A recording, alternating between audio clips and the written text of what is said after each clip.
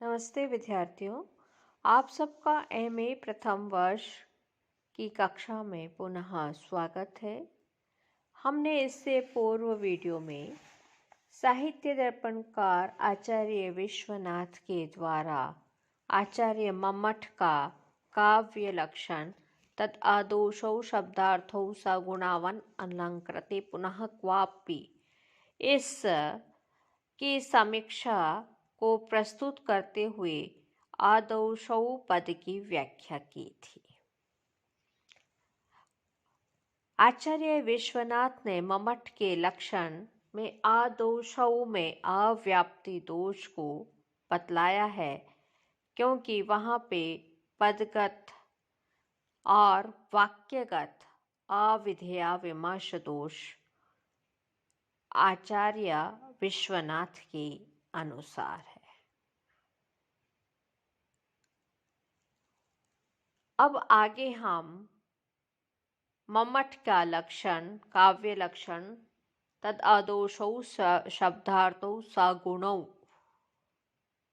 वा अनलंकृति पुनः क्वापि के सगुणौ पद की व्याख्या आचार्य विश्वनाथ के मत के अनुसार करने जा रहे हैं।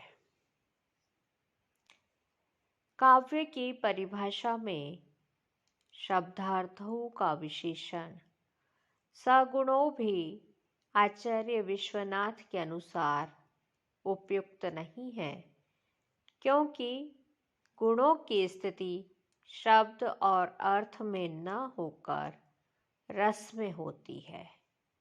ऐसा स्वयं आचार्य मम्मट ने काव्य प्रकाश के अष्टम उल्लास के गुण प्रकरण में कहकर प्रतिपादित किया है। ये रसस्य अंगिनो धर्मा शौर्य आदया इवात्मनः उत्कर्ष हेत्वस्ते स्युः रचल स्थितयो गुणाः। अर्थात जैसे शौर्य आदि आत्मा के अपृथक सिद्ध गुण अथवा धर्म हुआ करते हैं, न कि शरीर के, वैसे ही माधुर्य आदि रसरूप काव्यात्म तत्व के अपृथक सिद्ध गुण अथवा धर्म हुआ करते हैं, न कि शब्द और अर्थ रूप काव्य शरीर के। यदि यह कहा जाए कि शब्दार्थ युगल की सगुणता का अभिप्राय शब्दार्थ युगल की रसाभिव्यंजकता है, क्योंकि रसाभिव्यंजक शब्द और अर्थ को उपचारतः सगुण शब्द और अर्थ कहा ही जा सकता है, तो यह भी ठीक नहीं है, क्योंकि फिर यह प्रश्न उठ सकते हैं कि शब्द और अर्थ में रस है या नहीं है। यदि नहीं है तो उनमें गुणवत्ता भी नहीं है, और यदि रस है तो उनमें गुण भी है। तब तो शब्दार्थ युगल की सगुणता के बदले शब्दार्थ युगल की रसवत्ता को ही काव्य स्वरूप का नियामक क्यों न बताया गया। यदि यहाँ यह कहा जाए कि शब्द और अर्थ की सगुणता का अभिप्राय शब्द और अर्थ की सरसता ही निकालना चाहिए, क्योंकि रस के बिना गुण की स्थिति ही असंभव है, तब तो इसका सीधा उत्तर यह दिया जाएगा कि शब्दार्थ युगल की सगुणता के बदले शब्दार्थ युगल की सरसता को काव्य स्वरूप का नियामक क्यों न माना जाए। यहाँ यह समाधान भी कि सरस शब्दार्थ युगल के बदले सगुण शब्दार्थ युगल का औपचारिक प्रयोग काव्य में गुणाभिव्यंजक शब्द अर्थ के प्रयोग पर जोर देने के उद्देश्य से किया गया, क्योंकि समाधान नहीं, कोई समाधान नहीं, क्योंकि गुणाभिव्यंजक शब्द और अर्थ काव्य की उत्कर्ष वर्धक भले ही हो, स्वरूप नियामक तो कभी भी नहीं हो सकते।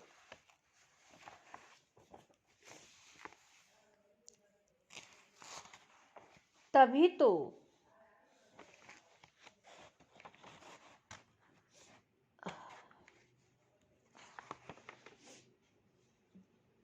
तो ऐसा कहा गया है, काव्यस्य शब्दार्थो शरीरम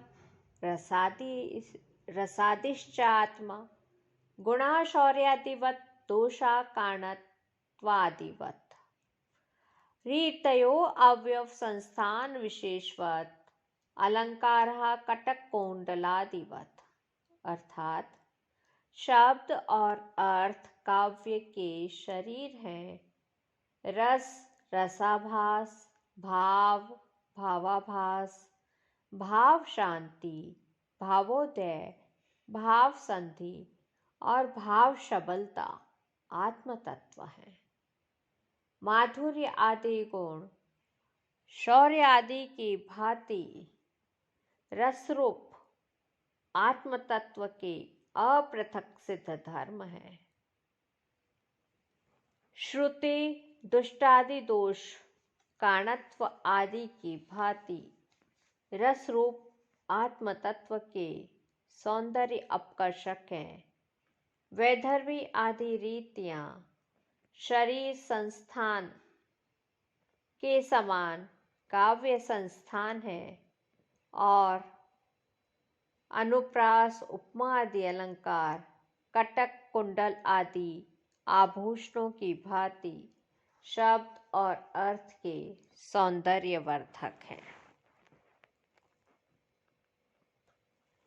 विश्वनाथ कविराज ने काव्य प्रकाशकार की सगुणों शब्दार्थों की उक्ति और उन्हीं की ये रसस्य अंगिनो धर्मा शौर्यादया एवात्मनः उत्कर्ष हेत्वस्ते स्युरचल स्थितयो गुणः इत्यादि उक्ति में परस्पर विरोध प्रदर्शित किया है और यह निष्कर्ष निकाला गया है कि मम्मट की काव्य परिभाषा युक्ति संगत नहीं, किंतु विश्वनाथ द्वारा की गई आलोचना उचित नहीं लगती, क्योंकि मम्मट ने जहाँ माधुर्य आदि गुणत्रय को मुख्यतः रस धर्म माना है, वहाँ यह भी स्वीकार किया है कि उपचारतः गुण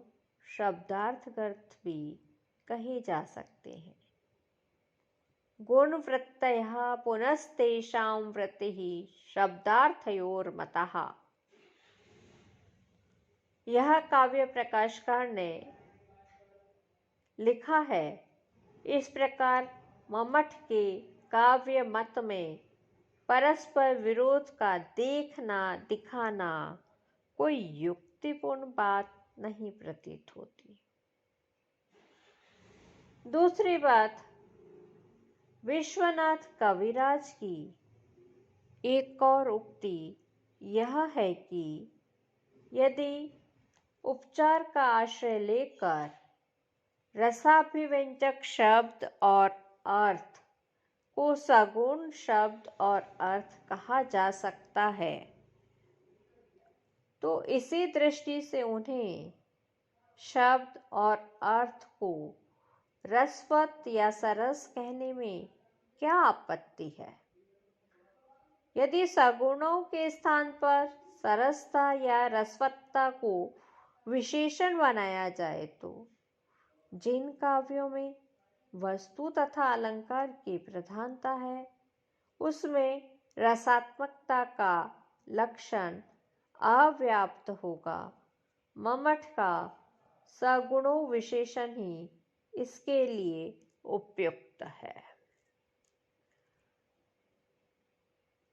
विश्वनाथ का यह कहना कि गुण काव्य के उत्कर्षाधायक होते हैं, स्वरूपाधायक नहीं, यह कथन उचित नहीं है, क्योंकि रसध्वनिवादी आचार्य गुणों को काव्य के स्वरूपाधायक मानते हुए ही उत्कर्षाधायक स्वीकार करते हैं।